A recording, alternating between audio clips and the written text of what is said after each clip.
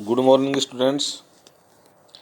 आज की वीडियो में हम राष्ट्रपति की शक्तियों का अध्ययन करेंगे। राष्ट्रपति की शक्तियों को दो श्रेणियों में विभाजित किया गया है। पहली शक्तियाँ हैं शांतिकालीन शक्तियाँ और दूसरी हैं आपातकालीन शक्तियाँ। तो आज हम यहाँ शांतिकालीन शक्तियों का अध्ययन करेंगे। राष्ट्रपति के पास में शांतिकालीन शक्तियाँ कौन कौन सी हैं। सामान्य काल में या शांति काल में राष्ट्रपति कार्यपालिका, विधायी, वित्तीय, न्यायिक व अन्य प्रकार की शक्तियाँ प्राप्त हैं, जिनका विश्लेषण इस प्रकार से है। पहली हैं कार्यपालिका शक्तियाँ। इससे पहले अपन ने पढ़ा है कि अनुच्छेद 53 की भाषा स्पष्ट कहती है कि संघ की समस्त कार्यपालिका शक्तियाँ राष्ट्रपति में निहित होंगी और इन शक्तियों का प्रयोग स्वयं राष्ट्रपति या अपने अधीनस्थ अधिकारियों के माध्यम से कर सकता है। और राष्ट्रपति को यह भी अधिकार प्राप्त है कि वह प्रधानमंत्री तथा मंत्रिमंडल के निर्णयों की सूचना प्रधानमंत्री से प्राप्त करे और प्रधानमंत्री का यह दायित्व है कि सभी महत्वपूर्ण निर्णयों से राष्ट्रपति को अवगत कराए। अब कार्यपालिका शक्तियों में राष्ट्रपति के पास कौन कौन सी शक्तियां हैं। इनमें पहली शक्ति है राष्ट्रपति के द्वारा देश की महत्वपूर्ण नियुक्तियां की जाती हैं। राष्ट्रपति क्या करता है, देश की महत्वपूर्ण नियुक्तियां, जिसमें प्रधानमंत्री तथा प्रधानमंत्री की सलाह से मंत्रिपरिषद के सदस्यों की नियुक्ति करता है। राज्यों के राज्यपाल, उच्चतम न्यायालय तथा उच्च न्यायालय के न्यायाधीश, संघ लोक सेवा आयोग के अध्यक्ष व अन्य सदस्यों, महान्यायवादी तथा नियंत्रक के महालेखा परीक्षक की नियुक्ति राष्ट्रपति द्वारा की जाती है। जैसे चुनाव आयोग, वित्त आयोग, राजभाषा आयोग, अनुसूचित जाति जनजाति व पिछड़ा वर्ग आयोग, अंतर्राज्य परिषद के सदस्य राष्ट्रपति द्वारा नियुक्त किए जाते हैं। सामान्यतया ये सभी नियुक्तियां राष्ट्रपति, प्रधानमंत्री और मंत्रिमंडल की सलाह से की जाती है। राष्ट्रपति द्वारा इन पदाधिकारियों को पद मुक्त भी किया जाता है। वह राजदूतों व राज्यपालों को वापस बुला सकता है। जांच आयोग का प्रतिवेदन प्रस्तुत होने पर संघ लोक सेवा आयोग के सदस्यों को पद से हटा सकता है। संसद द्वारा यदि राष्ट्रपति को विशेष संबोधन प्रस्तुत किया जाए तो वह न्यायाधीशों को भी पद से हटा सकता है। इसलिए महत्वपूर्ण जो नियुक्तियां हैं वो किसके द्वारा की जाती हैं, राष्ट्रपति के द्वारा की जाती हैं। प्रधानमंत्री की नियुक्ति भी राष्ट्रपति द्वारा की जाती है। बहुमत दल के नेता को वो प्रधानमंत्री नियुक्त करता है। लेकिन इन सब नियुक्तियों में वो प्रधानमंत्री और उसके मंत्रिपरिषद की सलाह लेता है। दूसरा, अनुच्छेद 78 के अनुसार प्रधानमंत्री का यह दायित्व है कि राष्ट्रपति को मंत्रिमंडल के निर्णयों से अवगत करवाए। प्रधानमंत्री का क्या है कि वे राष्ट्रपति को मंत्रिमंडल के जो निर्णय उनसे अवगत करवाए। यदि राष्ट्रपति किसी प्रकार की सूचना चाहे तो प्रधानमंत्री को वो सूचना राष्ट्रपति को प्रदान करनी पड़ेगी। ये कार्यपालिका शक्तियों में शामिल है। केंद्र शासित प्रदेशों और कबायली क्षेत्रों का प्रशासन। केंद्र शासित प्रदेश और कबायली जो क्षेत्र हैं राष्ट्रपति के क्षेत्राधिकार में हैं। वह राष्ट्रपति इन क्षेत्रों के लिए प्रशासक नियुक्त कर सकता है। वह दूसरे राज्य के राज्यपालों को इस क्षेत्र का प्रबंध भी सौंप सकता है। चौथा है राज्य सरकारों को निर्देशित, नियंत्रित तथा समन्वित करने तथा राज्यों के परस्पर विवादों को निपटाने के लिए अंतर्राज्य परिषद के गठन द्वारा राष्ट्रपति राज्यों की राजनीति में महत्वपूर्ण भूमिका निभा सकता है। उसके द्वारा किसी संघीय विषय का प्रशासन राज्य सरकार को सौंपा जा सकता है। यदि राष्ट्रपति राज्यों के जो आपसी विवाद हैं उनके निपटारे के लिए एक अंतर्राज्य परिषद का गठन किया गया। इस परिषद का गठन भी राष्ट्रपति द्वारा किया जाता है। पांचवा है, राष्ट्रपति द्वारा विभिन्न प्रकार के नियमों तथा विनियमों का निर्माण किया जा सकता है। जैसे संसद के दोनों सदनों की संयुक्त बैठक, सर्वोच्च न्यायालय के अधिकारी व कर्मचारियों की नियुक्ति, संघीय व संयुक्त लोक सेवा आयोग के सदस्यों की संख्या, नियंत्रक व महालेखा परीक्षक के प्रशासनिक कार्य, उच्चतम न्यायालय के न्यायाधीशों की तदर्थ नियुक्तियां आदि के संबंध में नियम विनियमों के निर्माण की शक्ति राष्ट्रपति को प्राप्त है। छठा है, भारत का जो राष्ट्रपति है सशक्त सेनाओं का प्रधान सेनापति है। सशक्त सेनाओं का प्रधान सेनापति है। जल, थल और वायु तीनों सेनाओं के अध्यक्षों की नियुक्ति राष्ट्रपति द्वारा की जाती है। राष्ट्रीय सुरक्षा समिति का अध्यक्ष होने के नाते वह अपने निर्णयों के अनुसार, राष्ट्रपति क्या है, राष्ट्रीय सुरक्षा समिति का अध्यक्ष है, उसके नाते वह अपने निर्णयों के अनुसार युद्ध व शांति की घोषणा कर सकता है, अपने अधिकारों का प्रयोग वह कानून के अनुसार कर सकता है। रक्षा, युद्ध व शांति संबंधी शक्तियां संसद के पास हैं। संसद की स्वीकृति से ही युद्ध की घोषणा व सेना का प्रयोग कर सकता है। राष्ट्रपति इन शक्तियों का जो प्रयोग करता है, सैन्य शक्तियों का, वो संसद की स्वीकृति से, किसकी, संसद की स्वीकृति से ही देश में युद्ध की घोषणा व शांति से सेना का प्रयोग कर सकता है। राष्ट्रपति की सेना के प्रधान होने का अर्थ ये नहीं है सेनाओं को नागरिक सत्ता के अधीन रखा गया है, इसलिए इनको सेनाओं का सशक्त सेनापति, प्रधान सेनापति बनाया गया है।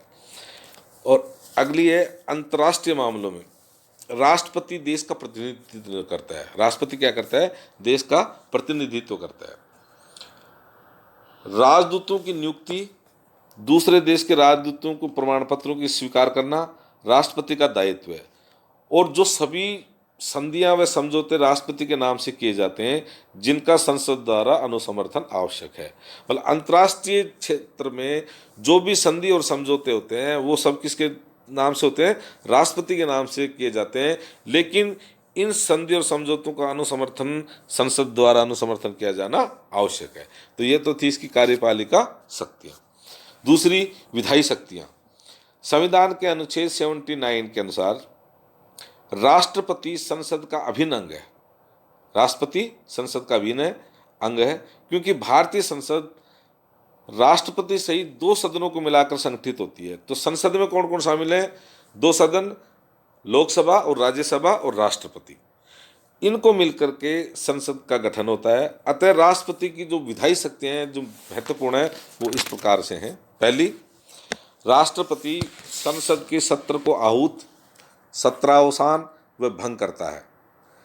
दूसरी, संसद के अधिवेशन के प्रारंभ होने में दोनों सदनों की संयुक्त बैठक में अभिभाषण देता है जिसमें शासन की नीतियों व गतिविधियों का वर्णन किया जा सकता है। तीसरा, वह संसद के दोनों अथवा किसी एक सदन को संदेश भेज सकता है। तीसरी क्या है, संसद के तो दोनों को या किसी एक सदन को संदेश भेज सकता है।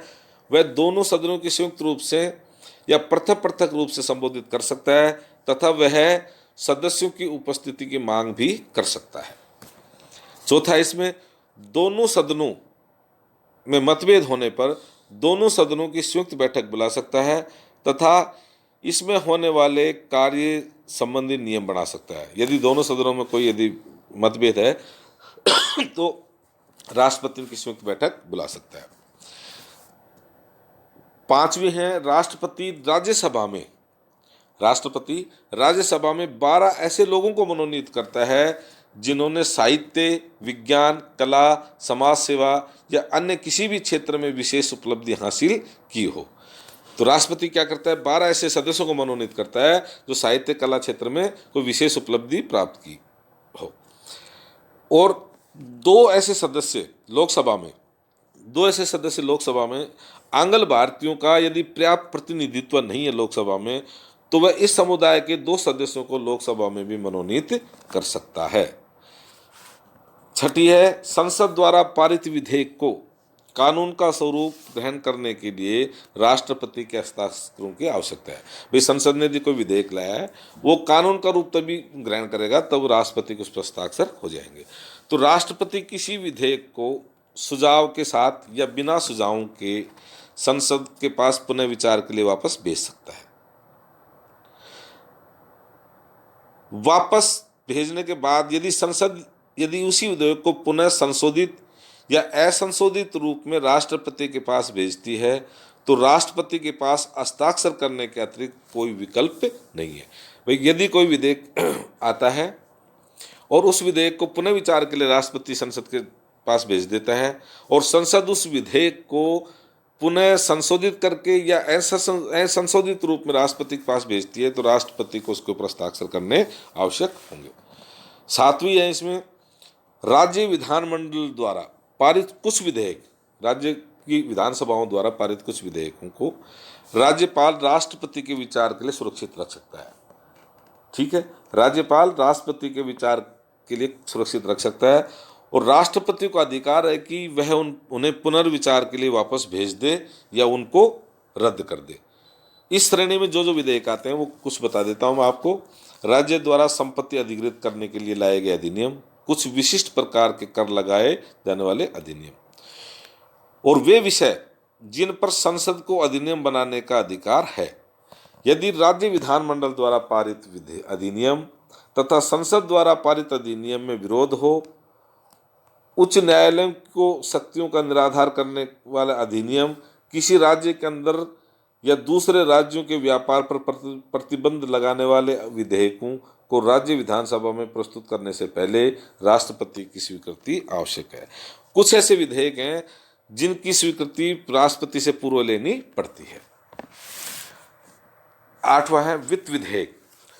राज्य की सीमाओं में परिवर्तन संबंधी विधेयक, भाषा संबंधी विधेयक तथा संचित निधि से खर्चे को अधिकृत करने वाले विधेयक राष्ट्रपति की पूर्व अनुमति के बिना संसद में प्रस्तुत नहीं किए जा सकते। कौन कौन से विधेयक?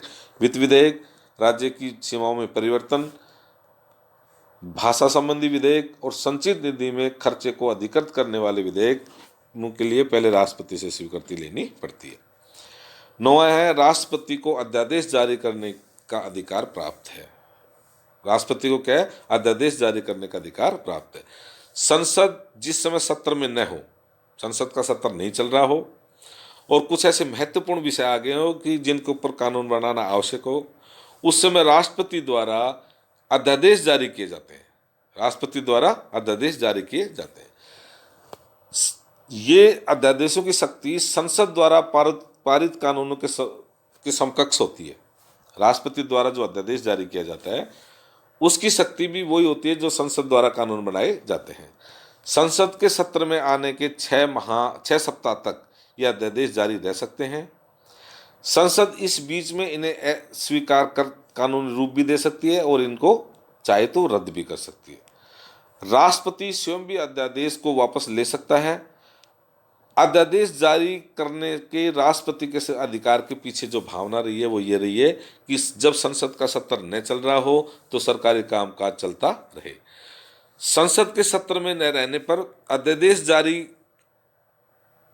अध्यादेश के जरिए सरकार का कामकाज किए जाते रहे। कभी कभी सत्र प्रारंभ होने के तुरंत बाद या पहले अध्यादेश जारी किए जाते हैं।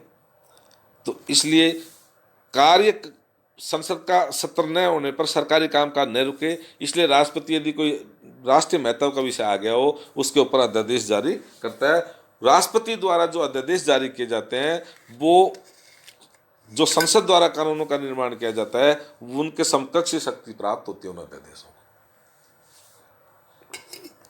और 10वां है लोकसभा के स्पीकर का यदि पद रिक्त है, लोकसभा के स्पीकर का पद रिक्त होने पर राष्ट्रपति अस्थायी व्यवस्था कर सकता है। राज्यसभा के सभापति का पद रिक्त होने पर भी राष्ट्रपति द्वारा ऐसी व्यवस्था की जा सकती है। और 11वां है संघ लोक सेवा आयोग, वित्त आयोग, अनुसूचित जाति जनजाति पिछड़ा वर्ग के आयोग व नियंत्रक व महालेखाकार द्वारा प्रस्तुत प्रतिवेदन संसद के समक्ष राष्ट्रपति द्वारा रखे जाते हैं। तो ये थी राष्ट्रपति की कौन सी विधायी शक्तियां। अब है वित्तीय शक्तियां। राष्ट्रपति द्वारा सरकार का आर्थिक बजट तथा पूरक बजट संसद में पेश करवाया जाता है। कोई वित्त विधेयक राष्ट्रपति की अनुमति के बिना संसद में पेश नहीं किया जा सकता। वित्त विधेयक की स्वीकृति पहले राष्ट्रपति से लेनी पड़ती है। आकस्मिक निधि पर राष्ट्रपति का अधिकार होता है कि वे राष्ट्रपति अग्रिम राशि प्रदान कर सकता है। ऐसी किसी को दी गई राशि पर बाद में संसद की स्वीकृति आवश्यक होती है। मतलब आकस्मिक निधि से राष्ट्रपति अग्रिम राशि प्रदान कर सकता है, लेकिन इस बाद में संसद की स्वीकृति लेनी आवश्यक होती है। राष्ट्रपति को वित्त आयोग नियुक्त करने का अधिकार है। राष्ट्रपति को क्या है? वित्त आयोग नियुक्त करने का अधिकार है। आयोग राज्यों की आर्थिक सहायता व करों में होने वाली आय के वितरण के संबंध में राष्ट्रपति भी परामर्श देता है। वह इस बात का भी निर्धारण करता है कि आयकर से होने वाली आय को केंद्र तथा राज्यों में किस प्रकार वितरित किया जाए। ये थी इसकी वित्तीय शक्तियाँ। चौथी है न्यायिक शक्तियाँ। राष्ट्रपति की न्यायिक शक्तियाँ सबसे महत्वपूर्ण स्थान रखते हैं, विशिष्ट स्थान रखती हैं, जो मानवीय आधार पर न्याय प्रदान करता है। उसे राष्ट्रपति को अधिकार है कि वह किसी अपराधी को क्षमा कर दे या उसके दंड को कम कर सकता है, या क्या कर सकता है? उसके दंड को कम कर सकता है। न्यायिक शक्तियों में राष्ट्रपति को क्षमादान की शक्ति प्राप्त है, या तो वो किसी को क्षमा कर दें या उसके दंड को कम कर दें। ये शक्तियां वह तब प्रयोग करता है जब किसी को मृत्यु दंड दिया हो। ये शक्तियां राष्ट्रपति का प्रयोग करता है किसी को यदि मृत्यु दंड दिया गया हो या सैनिक न्यायालय द्वारा दंड दिया गया हो, तो संविधान के अनुच्छेद 72 में 72 के द्वारा राष्ट्रपति को क्षमादान की शक्ति प्रदान की गई है। राष्ट्रपति को क्या की गई है? अनुच्छेद 72 में क्षमादान की शक्ति प्रदान की है। वह दंड के स्वरूप को परिवर्तित कर सकता है। राष्ट्रपति क्या कर सकता है? दंड के स्वरूप को परिवर्तित कर सकता है। उसमें क्या कर सकता है? वो परिलंबन कर सकता है, विराम लगा सकता है, परिहार कर सकता है, निलंबन कर सकता है और लघुकरण प्रदान कर सकता है। अब परिलंबन का क्या मतलब? परिलंबन के द्वारा दंड को स्थायी तौर पर रोका जा सकता है। परिलंबन के द्वारा राष्ट्रपति क्या कर सकता है? दंड को स्थायी तौर पर रोक सकता है। विराम का मतलब है कि दिए गए दंड से कम दंड प्रदान करना। विराम का मतलब जो दंड दे दिया गया उससे कम दंड प्रदान करना। परिहार में दंड की प्रकृति में परिवर्तन किए बिना दंड को कम किया जा सकता है, और लघुकरण द्वारा भारी जुर्माने को कम किया जा सकता है। वह संसद की अनुमति से आम माफी भी प्रदान कर सकता है। इन अधिकारों का प्रयोग वह मंत्रियों की सलाह से ही करता है तथा दोष सिद्धि होने के पश्चात ही क्षमादान प्रदान कर सकता है। तो ये राष्ट्रपति की महत्वपूर्ण शक्ति है, क्षमादान की शक्ति। और अन्य शक्तियाँ और हैं सामान्यकालीन शक्तियों में, राष्ट्रपति को जम्मू कश्मीर के संबंध में कुछ अधिकार प्राप्त हैं। वह कुछ अन्य शक्तियों में क्या है? जम्मू कश्मीर के मामले में कुछ अधिकार प्राप्त हैं। राज्य के कार्य में हिंदी का प्रयोग के लिए अधिकृत कर सकता है।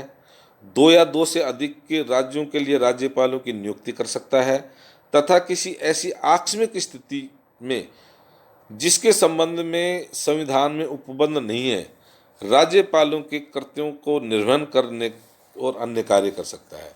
साथ ही अनुसूचित जाति, जनजाति व अनुसूचित क्षेत्र संबंधी विभिन्न प्रकार की शक्तियां राष्ट्रपति को प्राप्त हैं।